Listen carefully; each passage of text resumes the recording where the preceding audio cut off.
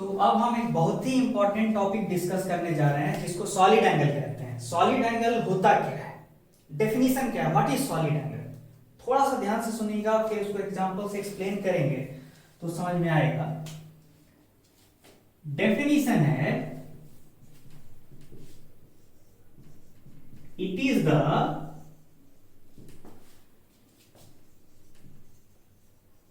measurement of the extent of vastness of an area with respect to an observer.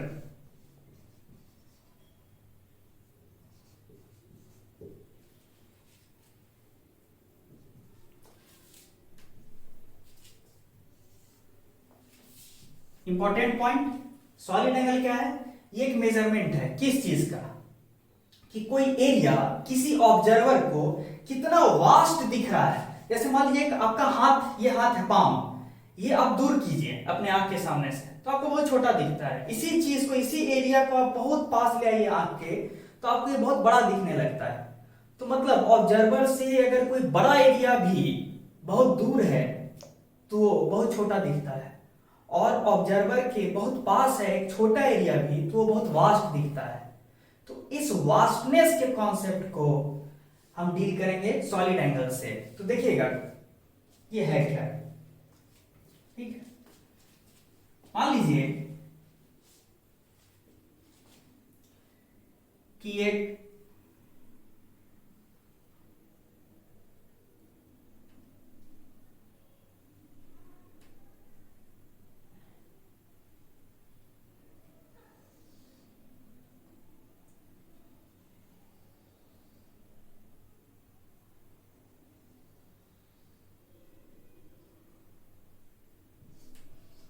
Observer है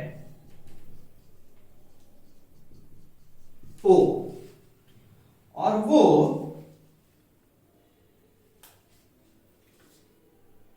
ये जो given area है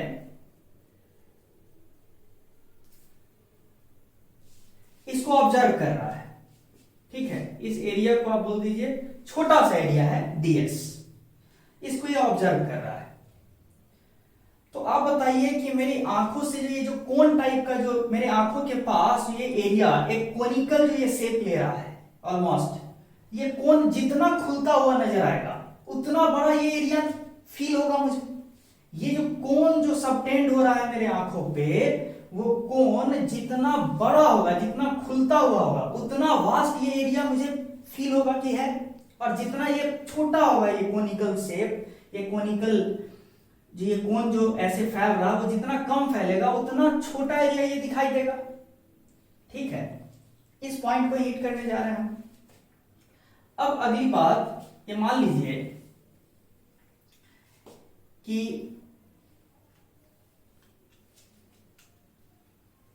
ये जो लेंथ है, ये जो छोटा एरिया आप दिखाए हैं, ये छोटा एरिया का जो लेंथ है इसको आप बोल दीजिए dx, और ये जो ब्रेड्थ है इसको बोल दीजिए आप, ये जो ब्रेड्थ है इसको बोल दीजिए dy, breadth dy, length dx, ये छोटे एरिया का है।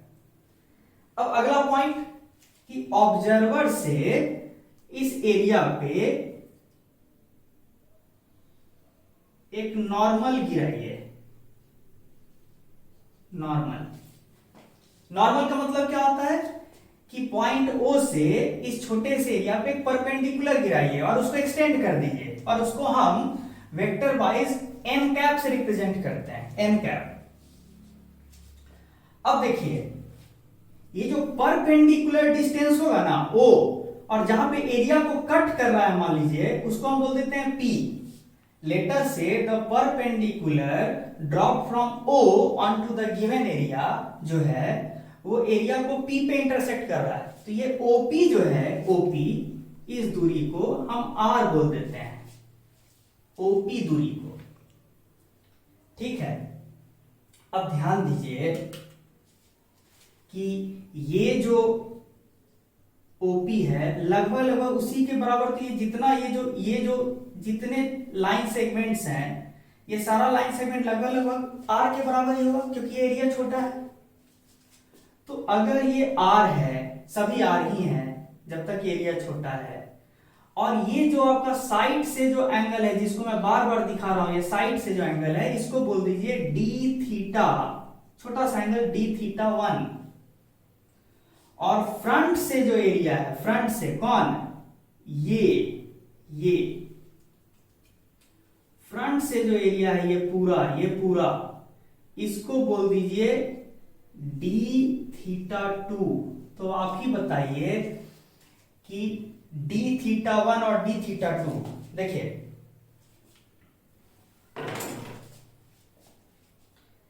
ये डी थीटा 1 ऐसे, और ये डी थीटा 2 मेरे तरफ, डी थीटा 1 डी थीटा 2, इस दोनों का प्रोडक्ट जितना ज्यादा होगा उतना ज्यादा ये कोण खुलता हुआ नजर आएगा कि नहीं। यस, देखिए ये डी थीटा 1 के लिए मैं ये फिंगर दिखा रहा हूं, ये डी थीटा 1, ये ठीक है। उसी तरीके से अब समझिए ये डी थीटा 1, और जो सामने से जो एंगल है सामने से, वो डी थीटा 2 है। तो डी थीटा 2 और डी थीटा 1 का प्रोडक्ट जितना ज्यादा होगा उतना ज्यादा फैलता हुआ दिखाई देगा। यहां से ये उतना ज्यादा फैलता हुआ, उतना वास्ट ये एरिया नजर आएगा। मतलब हम क्या बोल सकते हैं कि छोटा सा solid angle of the area, कौन सा एरिया, डीएस, छोटा सा एरिया जो डीएस है, उसका छोटा सॉलिड एंगल क्या है, कितना वास्ट कोई दिख रहा है एरिया, किसको, ऑब्जर्वर को। तो छोटा सा solid angle of the area ds is proportional to d theta 1 into d theta 2, ठीक है। अच्छा, दिस इंप्लाइज दैट, मैं लिख सकता हूं कि छोटा सा सॉलिड एंगल, देखिए एक चीज ध्यान दीजिएगा, छोटा के लिए मैं डी सिंबल यूज कर रहा हूं, और सॉलिड एंगल के लिए मैं कैपिटल ओमेगा यूज कर रहा हूं। तो ये क्या हो गया, सिंबल ऑफ सॉलिड एंगल। तो मैं कह रहा हूं कि छोटा सा solid angle of the area DS को मैं क्या कर सकता हूं, एक proportionality constant into D theta 1 into d theta 2। Proportionality constant को मैं अपने कन्वीनियंस के लिए क्या रख सकता हूं, well we can take proportionality constant case to be equal to 1। तो छोटा सा सॉलिड एंगल क्या आ गया, d theta 1 into d theta 2। अब फर्दर कैलकुलेशन को आगे कैसे बढ़ाएं, तो ध्यान दीजिए, ये जो dx था, ये साइड से जो ये रेक्टेंगुलर एरिया का जो लेंथ है dx, ये देखिए ये क्या है dx, ध्यान दीजिए। तो ये r है, ये r, और ये d थीटा 1 घुमा रहा है हाथ को। तो टिप जो है, ये टिप ये dx के लॉन्ग ही ऑलमोस्ट रहेगा ना। ये r है, इसको ऐसे घुमाएंगे तो ये जो है 3D में ये dx के लॉन्ग होगा ना, और इसी को हम ऐसे घुमाएंगे तो क्या हो जाएगा, dy। तो r into d theta 1 dx के बराबर होगा कि नहीं। यहां से ध्यान दीजिए, यहां से शायद थोड़ा ज्यादा दिखे, ये dx है और ये dy है। तो लेटर से ये एंगल डी थीटा 2 है, और ये ऑलमोस्ट r के बराबर है सभी। तो फिर ये जो dy है, dy किसके बराबर हो जाएगा, dy बराबर क्या हो जाएगा, r d थीटा 2। सिमिलरली उधर से आप देखिए ये dx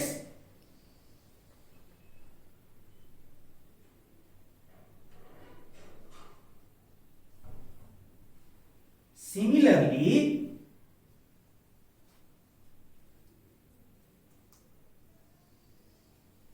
अगर ये एंगल d थीटा 1 है और ये r है, तो फिर dx को क्या लिख सकते हैं, r d थीटा 1। तो this implies that d theta 1 किसके बराबर हुआ, dx by r, and d theta 2 किसके बराबर हुआ, dy बाई r। दोनों का प्रोडक्ट हमको चाहिए था यहां पे, तो क्या निकल के आएगा, dx by r into dy by r। लेकिन हम तो जानते हैं कि dx इंटू dy इस रेक्टेंगल का तो एरिया है, तो हम क्या लिख सकते हैं, छोटा सा area ds divided by r square, जहां पे r क्या है, perpendicular distance of area from the observer है, ये याद रखिएगा।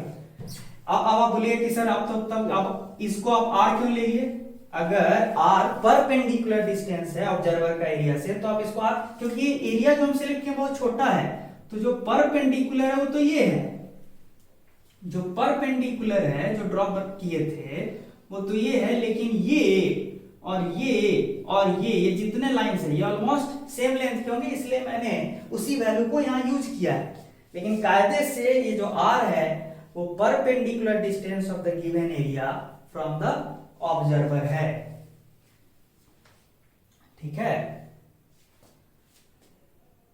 तो आप शॉर्ट में क्या पता किए कि एक छोटे से एरिया ds का सॉलिड एंगल ऑब्जर्वर की नजर में ds बाई आर स्क्वायर है, ठीक है। अब इसको और आगे एक्सटेंड करते हैं, ये तो अभी डिस्कशन की शुरुआत हुई है।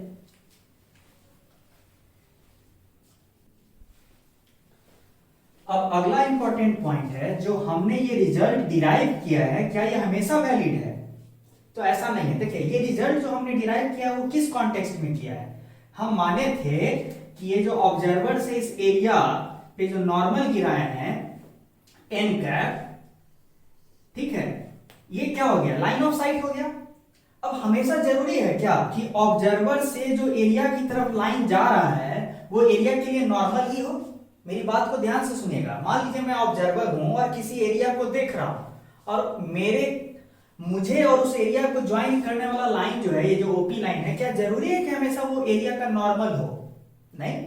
तो यहां जो हमने डिराइव किया है क्या एज्यूम करके कि ये जो ऑब्जर्वर से एरिया की तरफ जाने वाला लाइन है, जिसको आप लाइन ऑफ साइट भी कह सकते हैं, ये लाइन ऑफ साइट एक्चुअल में जिस एरिया को देख रहे हैं उसके लिए नॉर्मल भी है, ऐसा अजम्पशन के साथ ना हम ये डिराइव किए हैं। एक दूसरा केस भी तो हो सकता है कि हम लाइन ऑफ साइट जो है मेरा, हम जिस एरिया को देख रहे हैं, ठीक है, जिस लाइन ऑफ साइट के लॉन्ग, हो सकता है कि वो लाइन ऑफ साइट उस एरिया के लिए नॉर्मल नहीं हो, तो उस केस में ये रिजल्ट चेंज हो जाएगा। देखिए कैसे, एक एग्जांपल लेते हैं तब ज्यादा समझ में आएगा। लेटर से कि ये एरिया को हम देख रहे हैं, हम ऑब्जर्वर है, तो ये लाइन ऑफ साइट हुआ और मेरी नजर में ये पूरा एरिया अभी दिख रहा है, इसीलिए इस गिवन ओरिएंटेशन में ये एरिया सबसे ज्यादा, इस गिवन पोजीशन पे ये एरिया सबसे ज्यादा सॉलिड एंगल बना सकता है मेरी आंखों पे।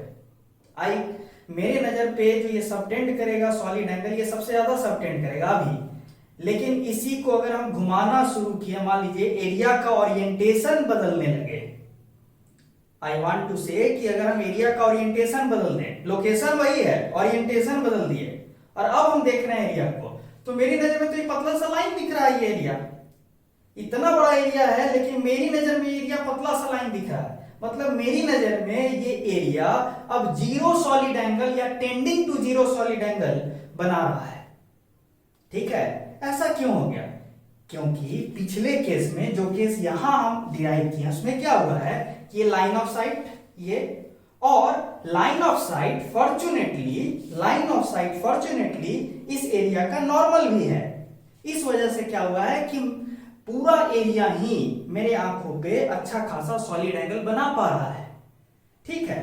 तो आप क्या एक रिजल्ट इंपॉर्टेंट बता सकते हैं कि जब लाइन ऑफ साइट और एरिया का नॉर्मल कोइंसाइड कर जाए तो एक गिवन सिचुएशन में, एक गिवन लोकेशन में एक एरिया सबसे ज्यादा सॉलिड एंगल बनाएगा। फिर से रिपीट कर रहा हूं, एक गिवन एरिया एक गिवन पोजीशन ऑफ स्पेस में, ठीक है, दिया हुआ है, रखा हुआ है, ये एरिया है एक गिवन पॉइंट इन स्पेस पे ये रखा हुआ है, ठीक है। एक ऑब्जर्वर की नजर में ये एरिया सबसे ज्यादा सॉलिड एंगल तब बनाएगा जब इसका नॉर्मल मेरे लाइन ऑफ साइट से कॉन्साइड कर जाएगा। अगर इस एरिया का नॉर्मल और लाइन ऑफ साइट कॉन्साइड नहीं किया तो अब सॉलिड एंगल का वैल्यू घटने लगेगा, अब कम होगा। ठीक है, यही बोलना चाह रहा हूं। तो इसका मतलब है कि इस पॉइंट को भी अकाउंट में लेना चाहिए अगर हम जनरल रिजल्ट डिराइव करना चाहते हैं तो। इसीलिए अब हम जनरल रिजल्ट की ओर जा रहे हैं। तो केस 2 क्या हो गया? केस 2 क्या हुआ कि if line of site is not parallel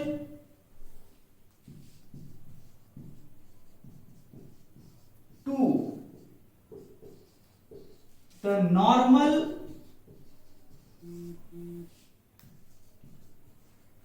drawn to the area being observed। जिस एरिया को देख रहे हैं उस पे बनाया गया जो नॉर्मल है वो लाइन ऑफ साइट के अगर पैरेलल नहीं होता तब सॉलिड एंगल क्या दिखाई देता। मतलब मान लीजिए कि एक सिचुएशन ये है, ये एरिया है और इस पे नॉर्मल गिराए और यहां ऑब्जर्वर है।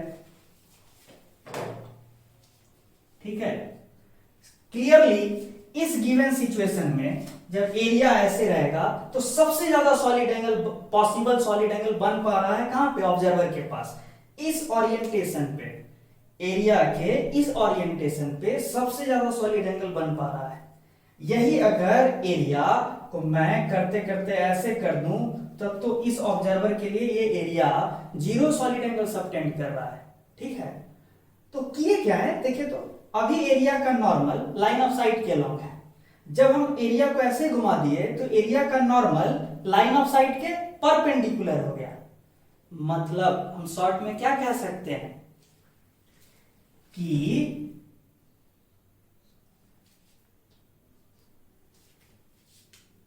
लेटर से कि इसी एरिया को इस तरह से दिखाएं। मान लीजिए एरिया अब ऐसा नहीं है, ऐसा है। ठीक है, और एरिया का नॉर्मल ऑफ कोर्स अब ऐसा है, इसको ऐसे हुई, एरिया का नॉर्मल ऐसा है। ठीक है, और ये सिचुएशन जो है इसको हटा देते हैं, नए सिचुएशन का चर्चा करते हैं जनरल।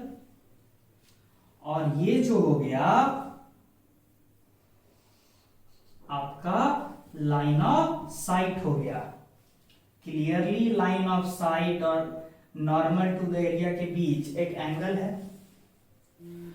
तो जितना ज्यादा नॉर्मल और लाइन ऑफ साइट अलाइंड होते हैं उतना ज्यादा सॉलिड एंगल दिखता। और अगर पूरा अलाइंड होता तो पूरा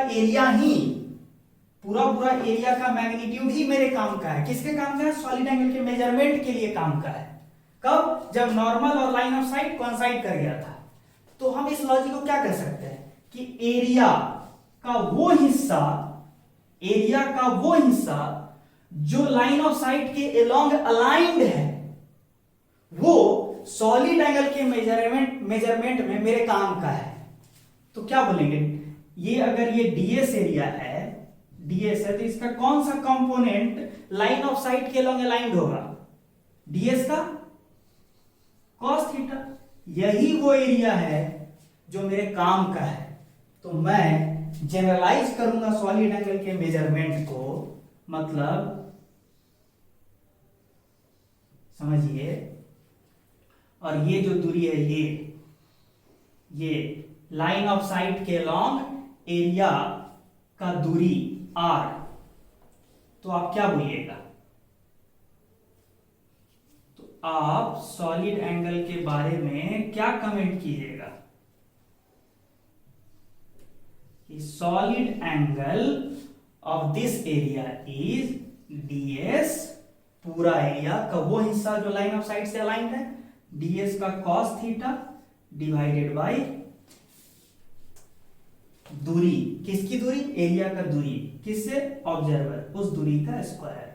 ये जनरल एक्सप्रेशन है किसी भी एरिया के सॉलिड एंगल का, जो वो ऑब्जर्वर की नजरों में बनाएगा। ठीक है, एक दो पॉइंट और बताते हैं इसमें।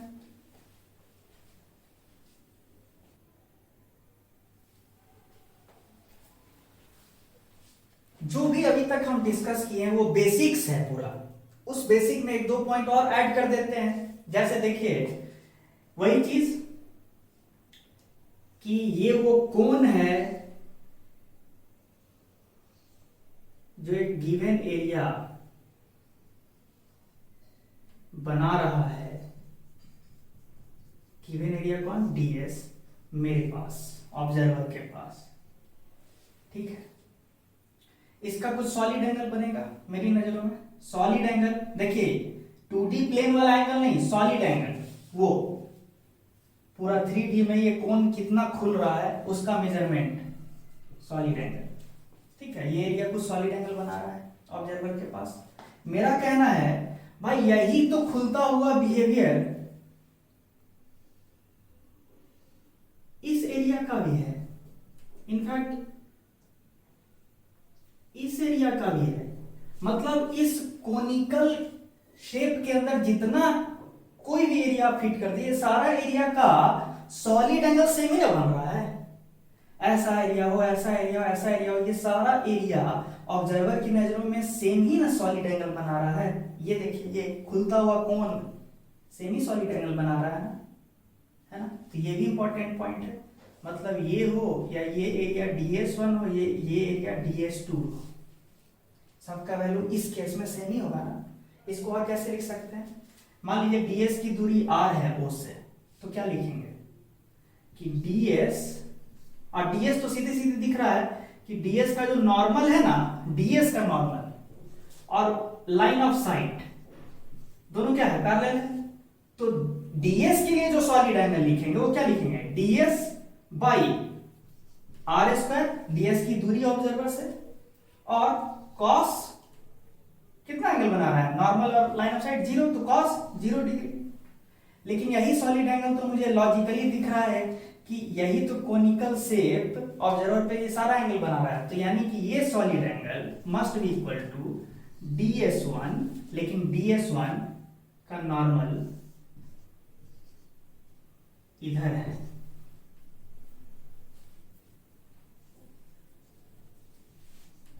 DS1 का नॉर्मल इधर है, और लाइन ऑफ साइट किधर है? इधर है। तो फिर क्लियर कट है कि ये कुछ एंगल है,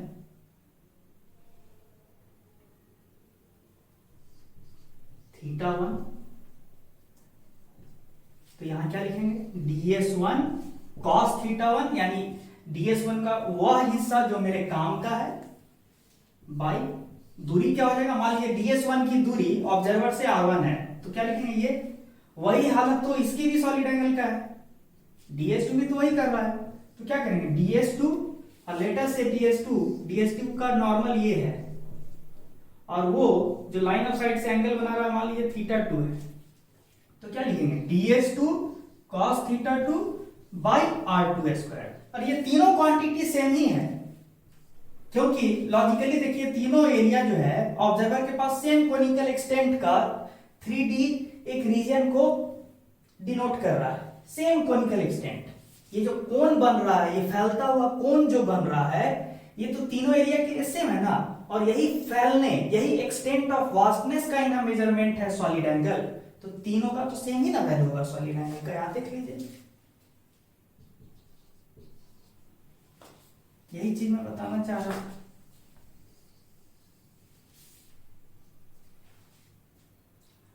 तो और भी डिटेल में कॉन्सेप्ट ऑफ सॉलिड एंगल पे डिस्कशन होगा, इसका फिजिक्स में एप्लीकेशन क्या है इस पे भी डिस्कशन होगा, सब कुछ नेक्स्ट लेक्चर में। तब तक जो पढ़ाया गया उसको ध्यान से पढ़िए और टाइम का प्रॉपर यूटिलाइजेशन कीजिए, वेस्ट मत कीजिए, और अननेसेसरली इंटरनेट पे टाइम वेस्ट मत कीजिए, ये मेरा सलाह है आप लोग को। और जो भी असाइनमेंट मिलता है वो जरूर बनाइए।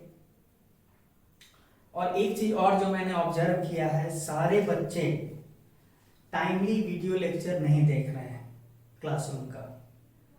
तो ऐसा करने पे मैं हो सकता है कि डिसिप्लिनरी एक्शन की लेके कुछ समय के लिए वीडियो को फिर प्राइवेट कर दूं। आप डिसिप्लिन मैनर में ये सारे वीडियो लेक्चर्स टाइमली जरूर सुनिए, इससे आपका जो है रूटीन खराब नहीं होगा, आपका कंटिन्यूटी बना रहेगा एकेडमिक्स का। प्लीज काइंडली फॉलो कीजिए। Thank you.